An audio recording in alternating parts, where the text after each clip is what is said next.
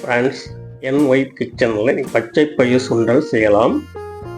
6 மணி நேரம் ஊற வச்ச பச்சை பயிரை வானலியில் பச்சை பயிர் 3 அளவுக்கு தண்ணி ஊற்றிட்டு உப்பு தேங்காய் சேர்த்து மூடி போட்டு வேக விடுங்க.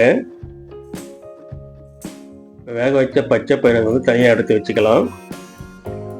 ஒரு வானலியில் 2 டீஸ்பூன் எண்ணெய் சேர்த்துட்டு கடுகு, ஜீரகம், உளுத்தம்பருப்பு, கடலைப்பருப்பு 1 டீஸ்பூன், பச்சை மிளகாய் 2 கிள்ளி போட்டுடுங்க. பெருங்காயத்தூள், கறிவேப்பிலை சேர்த்து நல்லா வதக்கி விட்டுடுங்க. இதில் நம்ம ஏற்கனவே வேக வைத்த பச்சை பயிரை சேர்த்து நல்லா மிக்ஸ் பண்ணி விட்டுடுங்க. இந்த மாதிரி சர்க்கரை 1/2 டீஸ்பூன், அது நல்லா டேஸ்ட் கொடுக்கும். தேங்காய் தூள் சேர்த்து நல்லா கலந்து விட்டுடுங்க. இப்போ சூப்பரான ஈவினிங் ஸ்நாக்ஸ் பச்சை பயிறு சுண்டல் ரெடி. Friends, please subscribe my channel. நன்றி.